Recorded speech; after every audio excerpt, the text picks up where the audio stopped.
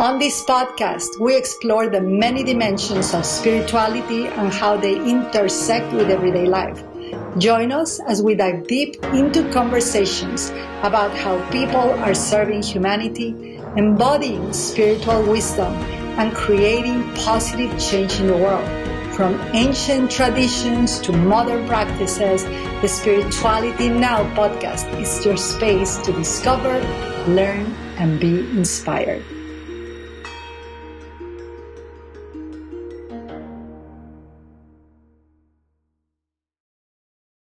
Welcome to the Spirituality Now podcast. I am your host, Ivonne de la Flor. And I just want to tell you something. Spirituality Now podcast is going to evolve again. We're in a stage, evolutionary stage, which this is a perfect podcast for, by the way, where spirituality, there's going to bring a lot of tea. As many of you know, I am an avid practitioner of Gong Fu Cha or Cha Dao, the way of tea ceremony. The Shaolin way is more the Chinese tea ceremony tradition. I'm from Mexico, so it's a good combo. It's a very good combo, but it's 20 years sitting down with a cup of tea, emptying my mind. And very soon, we're going to head into the studio and have tea live with our guests. And if we ever have to record it live, we're going to have tea because I want to bring tea. I want this to be spirituality tea conversations. Anywho, so now this is a Spirituality Now podcast still. I just wanted to let you know. And very soon, my new book, Faith in Action, is coming out. And we're going to launch a podcast just regarding that because that's a philanthropic movement that we have helped hundreds of people and family in Latin America. And after 9 years of serving the movement of Faith in Action, we finally are publishing the book. Or by the time that you hear this podcast, maybe the book. Look for it, Faith in Action by my name, because there's thousands of iterations of faith. But our faith is an escape from religious concepts. So that is that. Anyways, enough of me, which is the goal of meditation, to release the me and let go of the self. In this episode of Spirituality Now podcast, we're sitting down with Dr. Lisa Turner. I am so excited for this. She is the founder of hopefully that I'm pronouncing it correct. If not, she will correct me live, which we love, of CETfreedom and best-selling author. But she's the author of manifold books, okay? But she's the best-selling author of Our Conscious Tipping Point. Lisa is a leading voice in spiritual awakening and humanity's conscious evolution. With a unique blend of academic expertise and deep spiritual training, she has helped thousands bridge the gap between the mystical and the practical, guiding them towards a more awakened and empowered life. And if you want anything like that, if you want to resolve the struggles to integrate spiritual awakening into your everyday life in a more practical way, this is your podcast. Dr. Lisa, welcome to the show. Oh, it is my pleasure to be here and so in such wonderful company. It's so lovely to connect with you, Ivonne. Dr. Lisa, I want to tell you something. I admire your accent. It's so elegant. So there's a frequency. I'm from Mexico, but speaking oftentimes Spanglish. And I really admire accents that have so much melody in it. And I feel more proper. Dr. Lisa, next time you have in the show, we have to have tea. I mean, with you, it's like the proper thing to do. I have to say, I am quite a fan of tea. And of course, I live in Cornwall here in the UK. And of course, this is like the home of the cream tea. So we should have scones and jam and clotted cream as well. Oh, Dr. Lisa, I practice the original. If we start talking about tea, Dr. Lisa, I'm going to not talk to you about the tipping point of conscious evolution. I'm going to just make it all about tea. But eventually we will have tea together, scones. I'll introduce you to the Chinese tea ceremony. You'll introduce me to the black tea. I love that. And the scones and the cream and the little tea sandwiches. And I'm hungry, everyone. It's happening already in the podcast. Anyways, I do have my cup of tea here, but literally cup of tea. But anyways, let's start with the podcast. And so I want to ask you, What was, I want to start already like in the thick of it, but what was a pivotal moment in your life where that led you to focus on all the incredible work that you've done? To help hundreds of people, thousands right now at this point, but to focus on spiritual and conscious awakening. What happened to Dr. Lisa Turner that directed her to this path of evolution? Yeah, so it's a great question. And I think we often look for the one single moment, but I think there were a whole series of steps. And I actually think this is how our awakening happens. It's like we have a whole series of steps and a little nudge and a little nudge and a little nudge, and then something just pushes us over the edge. And so my background, and this is in one of my books that you might be able to see on the shelf behind me, if I can point. And so that was in my first book, which is called I Loved a Pedophile. So I will keep it very brief. So little trigger alert. So I was trafficked by a pedophile ring and held as a house prisoner for 5 years in my teens. I managed to escape, and I was kind of superficially functioning, but every day was like a challenge and a struggle, and I had to kind of drag myself through it, and there was no real joy in life. And I was kind of going through this, and I, didn't really like my life very much. And I actually was training for a bike race, and I wasn't particularly great at cycling, but I was like, oh yeah, I'm going to give this a go, and I loved it. And I got hit by a car, and it wasn't a very serious injury, but it was serious enough to knock me out for a few moments. And I had this, what only can be described as this, the near-death experience. And I was looking down at my body on the road going, oh, that looks nasty, because I'd broken my arm quite badly. And I could feel this presence beside me, and it was saying, well, do you want to come with us, or do you want to stay? What do you want to do? And there was no judgment. There was no pressure. There was no, you've got to do this. There was just this complete sense of sereneness. Now, that bizarrely was not the tip, like for my personal tipping point, but it was part of it. Because obviously I did come back and I healed and everything, but I came back and I thought, you know what? I'm going to come back. I'm going to choose to live. And I'm going to figure out how to make life work. And so I changed my job and I moved house and all of the things. And yet I was still miserable. And then I think probably the biggest tipping point for me was I was working in a factory. I was a technical director, a technical manager. So I just basically did lots of tests and things on products and helped design new products. And one of the fitters, I don't know if you know, like one of the engineers on the shop floor came up and said, like, what's wrong with you? You look miserable. And I was like, oh, no, I'm fine. He goes, no, you know what? You're miserable. And he goes, do you know what you should do? You should learn to meditate. And that was it. Like, you would never have thought, like, this spiritual wisdom, like, this was not a guru, guy in overalls, oily hands, did not look enlightened at all. And that was it. I learned to meditate. And as you were saying, talking about meditation, and I have been a regular meditator. So my meditation practice now goes anything from 60 to 90 minutes as meditation and energy practice. So I do 60 minutes of meditation every day, and then an additional 30 minutes of energy practice and energy work. And this led me to all sorts of crazy spiritual experiences. And slowly but surely over that would have been like 30 years ago now, I did more studies, more training. So I trained in as a shamanic practitioner. I've trained in Taoism. I've trained in Western mystery, Eastern mystery, Tantra, quantum physics, field theory, all of these different modalities to try and bring them together. And where I've got to now is a sense of there's no one path. All of the paths will get you there, and none of them will get you all of the way. I think we do need like a multi-textural pathways. And that really led me to the work I do now, because now I balance what I think is, I feel sometimes I feel, and I'm trying to say this without it sounding egotistical, and if it does, I apologize. But it's like, I feel like I was just born for this moment in time where we are at what I call this conscious tipping point, where we are right on the verge of something amazing happening in humanity. And what looks like chaos, what looks like the mess, what looks like the craziness is actually, it's like the labor pains of the next evolution of humanity. Dr. Lisa, you saw me. I'm like so quiet because, I gotta go back. First of all, I agree with you. And one of my mentors says that there is not one step to whatever success looks like.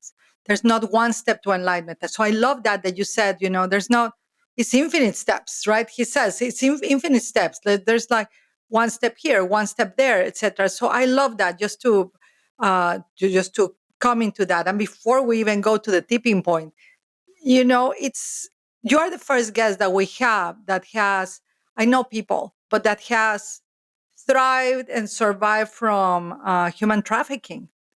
And I believe, because I've been lately, I've been like called by certain people that have been human trafficked. I had a fitness trainer who was in her 60s and was human trafficked at that age.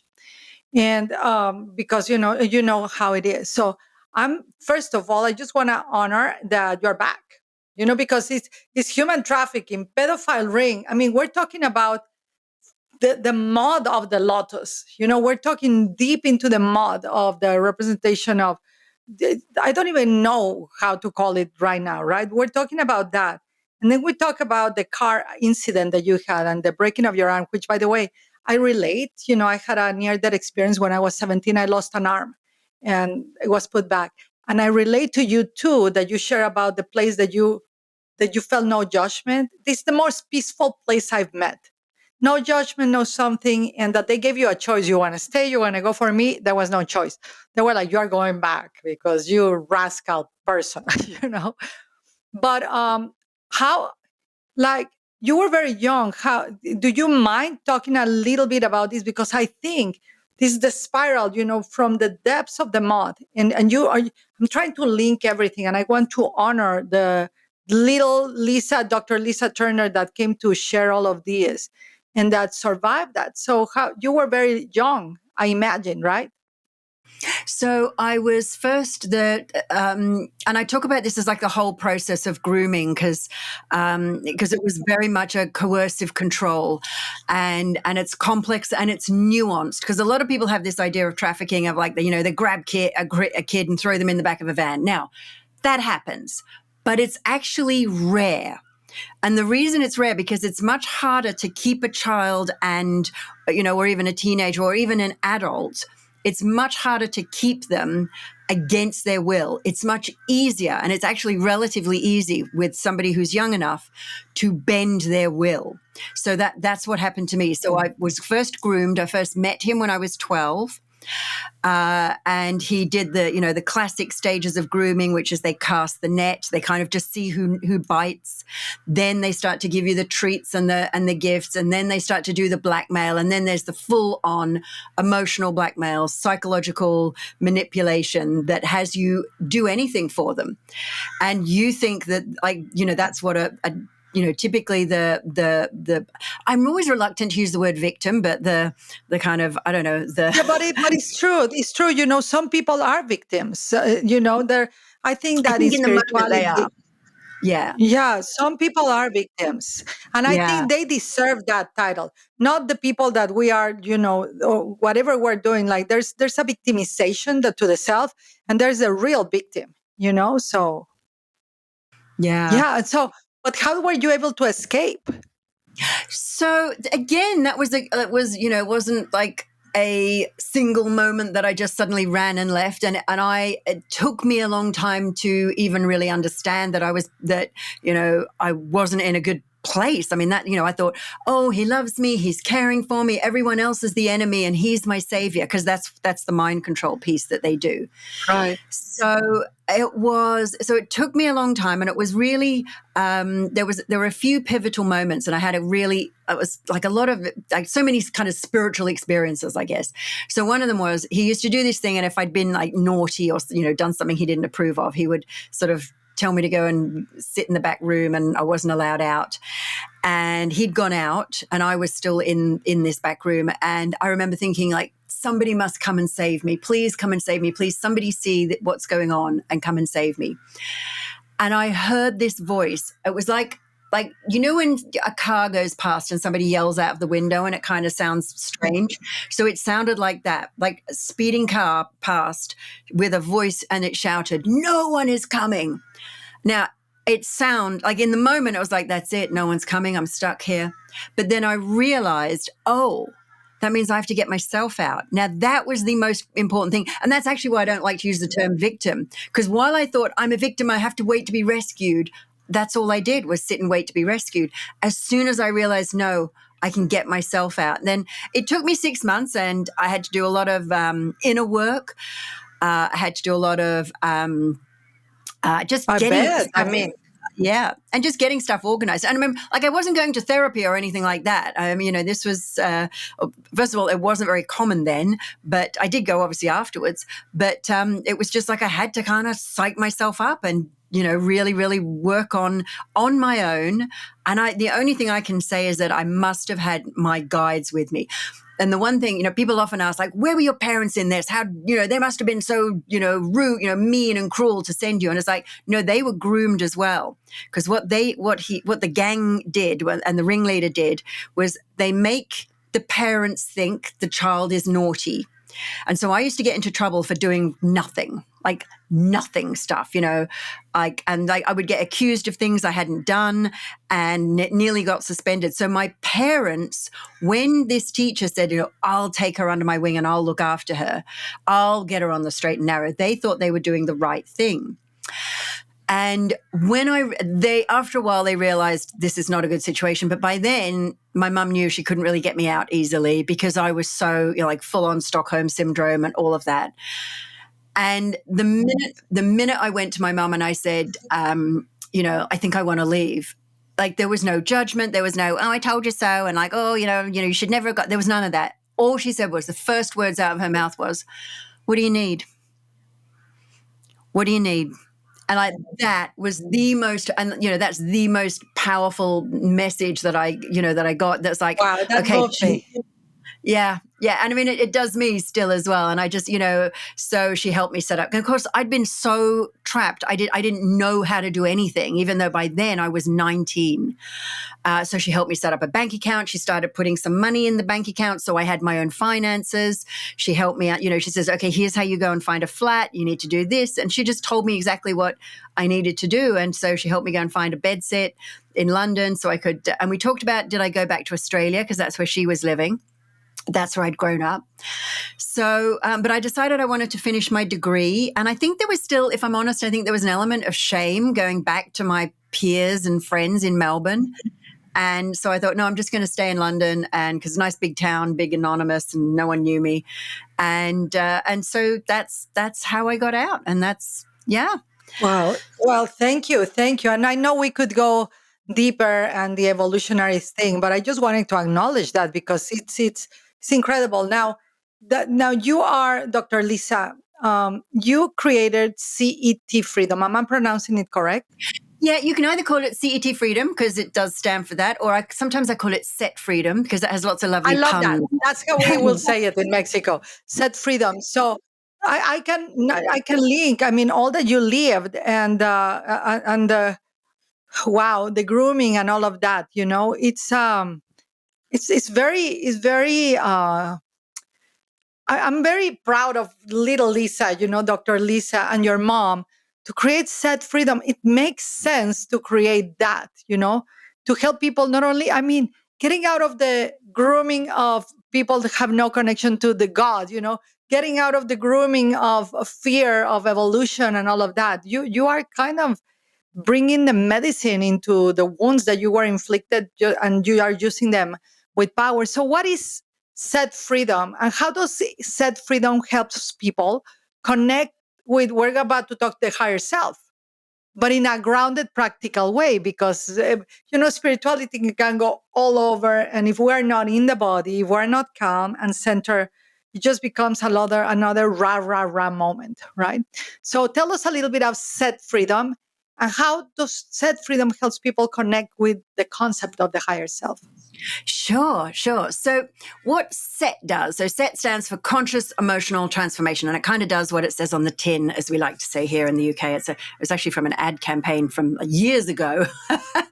And so essentially what set does is it works using 4 different modalities or 4 different approaches. It's not even a single modalities, but all 4 different approaches. So what I did was I explored all of the different ways that healing happens. And one of the things I want to say right at the outset is set is more than healing what is broken. Set is also about initiation and expansion. So there are 4 real approaches to change and transformation. So the first is, and in no particular order, but this is just the order I tend to remember them in. So the first is energetic. So if one of the things set does is it works at an energy signature that's beyond the higher self. So energy, so normally when we have some kind of resistance in the nervous system to love. So I work on the principle that there's actually only one emotion, and it's love.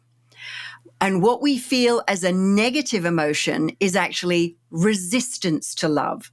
So if we have, what you might classically call a block in your nervous system, or a wire that isn't fully formed, like a pathway that isn't formed, the energy will try and flow. It will hit the resistance.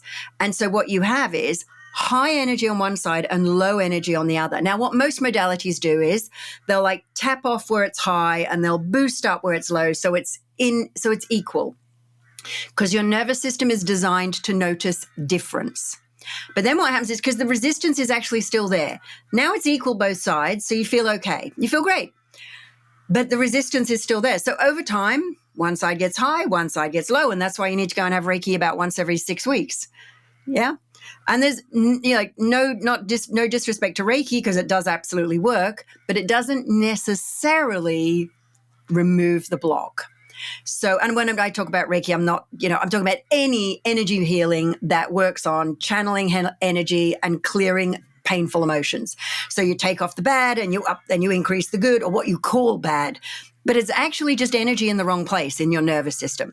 So the first thing that set does, so that's one approach. The next approach is what you might call the kind of neurological coaching counseling. Excuse me. So this would be like your NLP, your coaching, your counseling, your psychotherapy, your psychiatry. This is the talking cures. Now, these are great for understanding the problem, understanding the source of the problem, but that can give real validity and comprehension, and it can really help people understand themselves so they don't feel so confused. But it doesn't necessarily remove the block. Not necessarily. And SET also uses this. It uses powerful linguistics to find where that root cause is. Now, the next modality or the next approach is what you might call somatic. And that's just like you feel it in the body. You don't need to understand it. Somatic? Somatic. Somatic, correct. Somatic, yeah. So somatic is like the breath work, the body work, the movement. You might include things like even massage or Thai massage where they move you, but it might also be, like the 5 rhythms dancing, that kind of thing, or just that embodiment work where you're actually moving it. So all you do is you just notice where it is in the body and you move it through the body. Again, an incredibly powerful approach, because the mind can't block it. You know how the mind can sometimes try and get in the way and try and understand it and analyze it, and it blocks it. Yeah. Now, then we have the fourth modality, which is sometimes called spiritual, sometimes called transpersonal. And this is where we come to the higher self. So most problems are of the nature, I, the individual, am some kind of connector, word or term, and then something bad. I am not worthy. I'm not good enough. I'm a bad person. I'm evil. That's kind of the structure of a problem. Now, when you work with transpersonal or beyond, and by this we mean any kind of spiritual work, whether it's shamanic or deep spiritual work, it's where you work with something that is beyond the I. So when we work at the level of the higher self, I'm not talking about me, the ego Lisa, the body of Lisa, the being of Lisa. It includes that, but it's also beyond that. So what SET does is it uses all 4 of these modalities together to create this powerful tool and what it does is it finds the block linguistically, creates a powerful presence. So you're fully in presence with yourself and your higher self. Then what it does is it absolutely floods and flushes the nervous system with this incredibly high level of energy beyond the higher self. It balances the energy, removes it, and it repairs anywhere there's resistance, anywhere there's a block, anywhere there's damage to the neurology caused by trauma. And then what it does is because you're working beyond the self, the next thing it can do is it can do this, it can expand. And this is the difference, because most healing modalities work on the basis like, this is who I should be, and I'm like this, I'm subpar, and the healing brings you up to par. Brings it like, I'm, this is how I'm supposed to be. This is okay. This is not okay. And most healing works to get you to, I'm okay now, or I was broken and now I'm fixed. Now, what CET does is it takes you beyond that. It actually creates this field, this resonant field of change, such that you can go beyond being okay to being even more than you ever thought was possible. Now, you might not do it in one session, but you might need a few sessions. And the more sessions you do with CET, the more it becomes about expansion. This is no longer in the cycle of broken healing.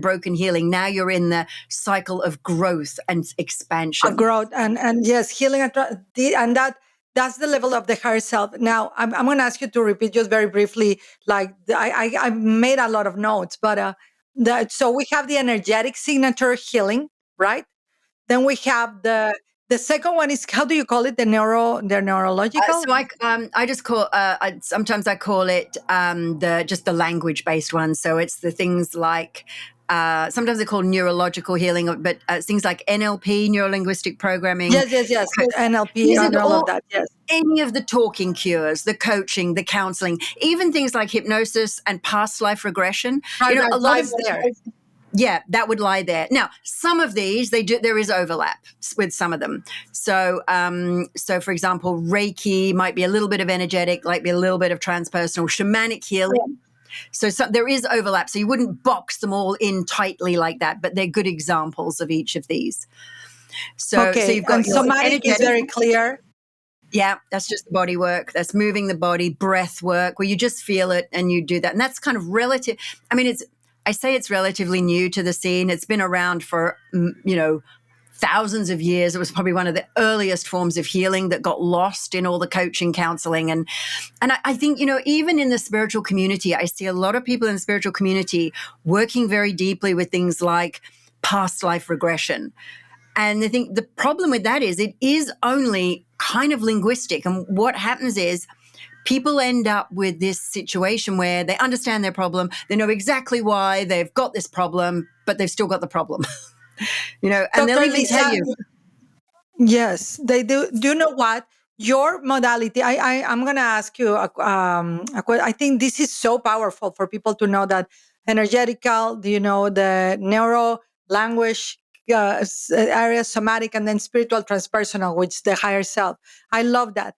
When you are showing me this, I think of Zen training, Zen, because some people don't understand my pronunciation. And the Rinzai Zen path that encompasses all of these. They work on the energetic, they work on the language, by chanting, the sounds, how they approach food. Somatic Zen, there's a saying of one of the greatest teachers of Zen that says that Zen happens through the body. Without integrating all of these, and then obviously the spiritual, transpersonal, all of the things they do. So it reminds me a little bit like the component of the Zen practice, right? But how do you, Dr. Lisa, when someone reaches out to you to do a session, to have several sessions, how do those one human experiences the CETfreedom? What is it? What does it? Yeah, so we almost never do it in a single session because it's It's much more of a process. And I often get journalists saying, "Oh, I want to have a session of set so I can experience." And I think they're kind of expecting me to come in and like wave a wand, and there you are. Every trauma of your life has vanished. So the process works like this. So we have at least 3 sessions. The first session, what we do is, and even before the first session, we'll give them some homework to do. So, and I have a little video that explains the homework, and essentially they've given some journaling tasks where we get them connected to the pain, which I say, this is the worst part. And it's quick. You do not need to wallow in it. You don't need to spend months or years. We just get you, but we do need to take you through it, because SET can only, in the name of the process, it's conscious emotional transformation. We can only transform what you are conscious of. So we've just got to bring it into awareness just long enough for us to heal it and clear it. So the first session, so before the first session, they're given some journaling. In the first session, then we'll do some deep diving. So this is where we really, really drill down and find, and we're not interested in the story, we're interested in the structure of the problem. So what I do is I find how it is constructed and where it's constructed in the nervous system. That's session 1. Then we send them away again. And the reason we send them away again is because we want it to just percolate a bit. Because when they come back, and normally only a couple of days later, when they come back, they go, something arose, something popped up. I had a dream, I had a thought. And it's like, really? Well, that is funny, isn't it? Because we know that happens.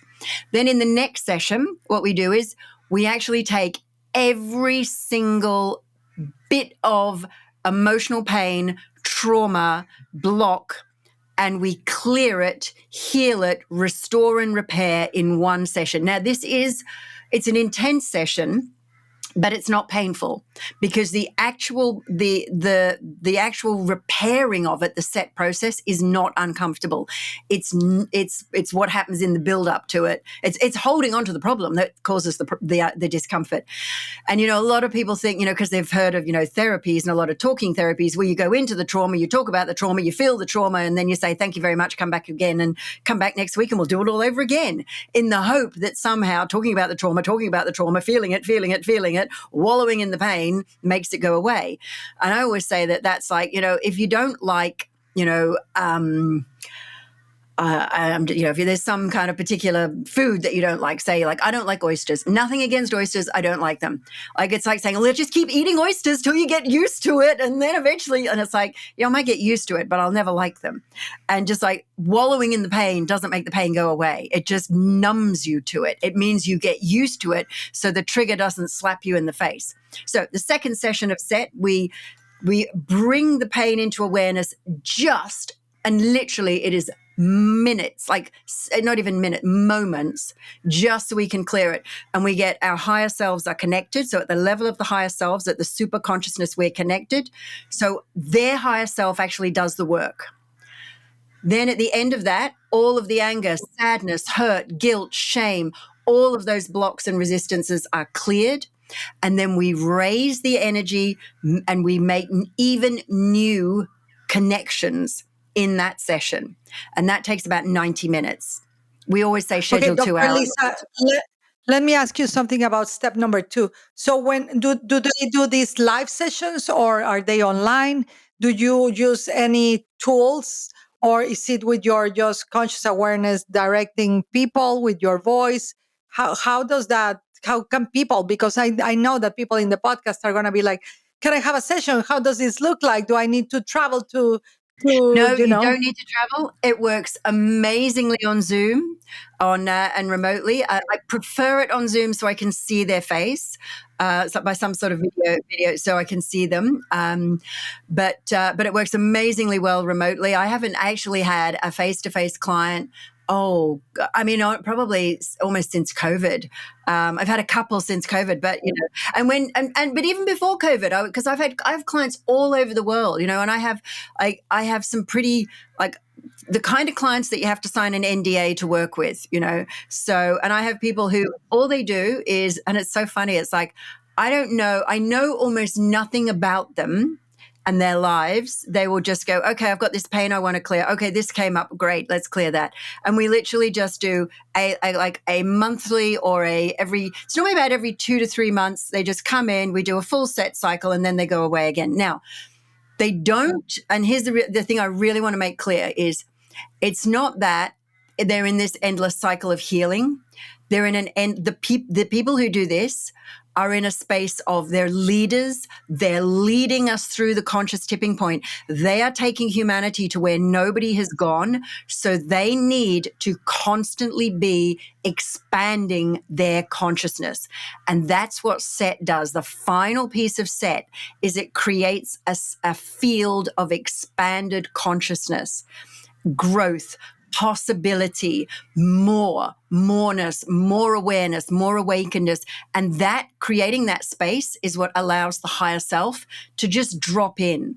Because I think a lot of people imagine that there's this, there's this efforting that we have to do to connect to the higher self. And it's like, first of all, you just need to understand how to do it, which most of us aren't taught. And most of it's in every single spiritual tradition, but it's hidden in symbolism. So do you want me to share that? Yes, well, Shall we please. Okay. So I say there's only 3 steps to connecting to your higher self. Only 3. And they're really simple. So the first thing you need to do is you need to understand that there's these 3 ways of using our mind. There's the conscious mind, which is what we're aware of right now, and that's the logical, rational, analytical mind. Then there's the unconscious mind, which is all the emotions, the memories, the patterns, the programming, the behavior, everything that's out of our awareness until we bring it into conscious awareness. And then there's the higher self. Now, here's the thing that most people kind of miss. And it's this. The connection goes, if you imagine like 3 rings, and if you imagine the conscious mind is in the center, and that's the smallest. Outside is the unconscious mind, and that's the next layer of consciousness. Then the next higher layer of consciousness around that is the higher self. And then we have even beyond that. So we have then the super consciousness and where, you might go to even higher level guides and higher level guidance right out until source and infinitely, infinite levels. But the 3 we're going to work with are conscious mind, unconscious mind, higher self. Now, this is the one thing, if you remember only one thing in your life about connecting with your higher self, it's this. The only way to communicate with your higher self is via the unconscious mind. And what most people do is they try and do it consciously. And they go, I want to see my guides. I want to see my higher self. It's right there in front of me. And it's like, well, if it was, then you wouldn't know the difference, for one. And your mind, your conscious mind, is going to try and get in the way. Now, so the 3 steps for awakening are: connect the conscious mind to the unconscious mind, and we do that with meditation, chanting, breath work, dream work, trance work, shamanic journeying, things like that. Then we need to, this next step is to clear the blocks from the unconscious mind. That's the negative emotions, the fear patterning, the limiting beliefs like, who am I to speak to spirit? I'm not good enough. I'm not worthy. I'm not a divine being, all of that nonsense. So we clear that, and SET is brilliant for that. And then the final piece is to integrate the higher self so that you can have free-flowing communication, higher self to unconscious mind to conscious mind. The 2 common mistakes people make is they either just try and go conscious mind, higher self, and it doesn't work, or they think the unconscious mind is the higher self. And so they'll say, this is where you get the kind of slightly crazy conspiracy theory thinkers, because, like the flat earthers, it's like, well, I feel like the earth might be flat. And it's like, that's your unconscious mind talking, because trust me, it's round. And so then you get, and this is where you get, like, that's just an example, but this is where you get like messages that are beyond the conscious mind, but they're not the higher self. But because they're not conscious mind and people don't understand this pathway, then they mistakenly think that the higher self, the unconscious mind, is the higher self. And that's where you'll get the spirit told me to X, and where X is something that they don't really want to do, something that's limiting, something that's not expansive, because they've mistaken their unconscious mind for spirit. It's not spirit. It's just their unconscious mind. It's just fear in disguise. It's just your unconscious mind, dressed up as something that it's not, or you've mistaken it for something that it's not. Dr. Lisa, I'm like, you answered. I had questions like, what is the process? This, that, like every single question you answer is like telepathic communication. You grabbed it and you probably tap into my unconscious mind or Well, my also higher I've self. explained. The thing is, I've also taught this a lot of times, and I kind of know the common questions people ask. So I think I got to add in that because I know people are going to be thinking that. Oh, this is amazing. So, Dr. Lisa, just, I definitely want you back. So, because I think we can dive in so many things, and you are such a proliferous author and doctor. And I think you have this, I don't know if it's called a system, but I think it's a little higher. I love that you work with people that need to consistently. I see ourselves as I'm just going to say Ferrari or Rolls Royce needed an upgrade, needed like adjustment. Like if you are going to take people to the next level, you just have to keep upgrading with the consciousness and the light that is being accreted in our soul system right now, in a soulware instead of software, in our soulware, just the evolutionary upgrades. I think that's what you are like, in a way, just to put it in words, linguistics. Now I'm very aware. Now I'm like, oh, I'm doing energetically. I'm doing words. This podcast is all about words. Anyways, but Dr. Lisa, just very briefly tell people about the tipping point about your book, and where can they find it? Where can they find you? Definitely want to send people to, if they want to have a session, tell everyone what they can get, do, etc. Yeah, so there's the best thing to do is to head over to my main website, which is CETfreedom.com. And if you have a nosy around there's a lot of information. There's my blog with loads of articles, loads of free stuff. And if you go to I think it's called something like freebie downloads or something like that, my freebie section, I think it's free resources. There, right at the top there, you can get a completely free copy of my book. This is my latest book, Our Conscious Tipping Point. Oh, sorry, no, this one, holding up the wrong one. There's also this one, which you can get on Amazon. I forgot which book I was sharing there. I've actually got, I think it's either 6 or 7 books I've written now, and I'm on my 8th, which will be out later in the year. So head over there, and the thing to do is just send me a message, and you can find me on social media, or just go to my website, and I am very responsive. Sometimes it takes me a few days if I'm in the middle of deep work with clients, but I will always, either myself or someone will get back to you, and we'll send you a whole ton of love. And we always welcome people into our community.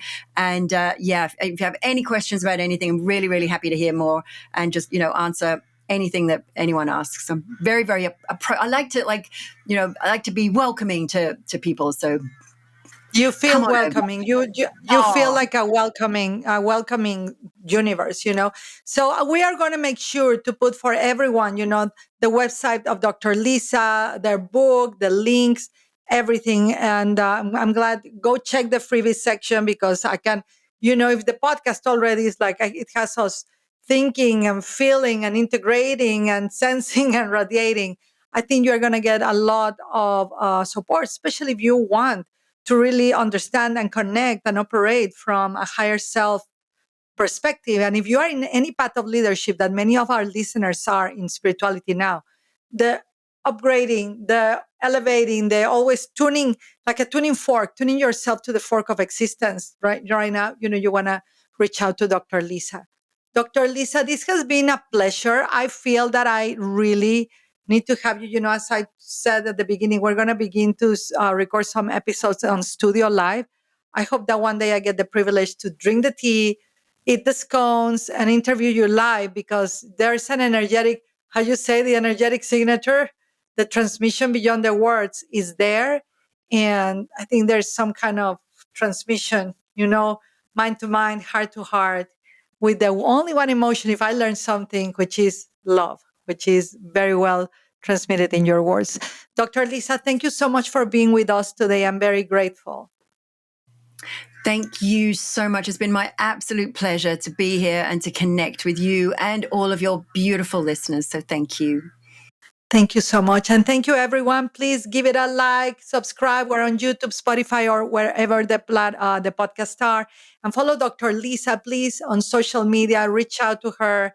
And many blessings for us all in this tipping point in humanity from our higher selves to your higher self.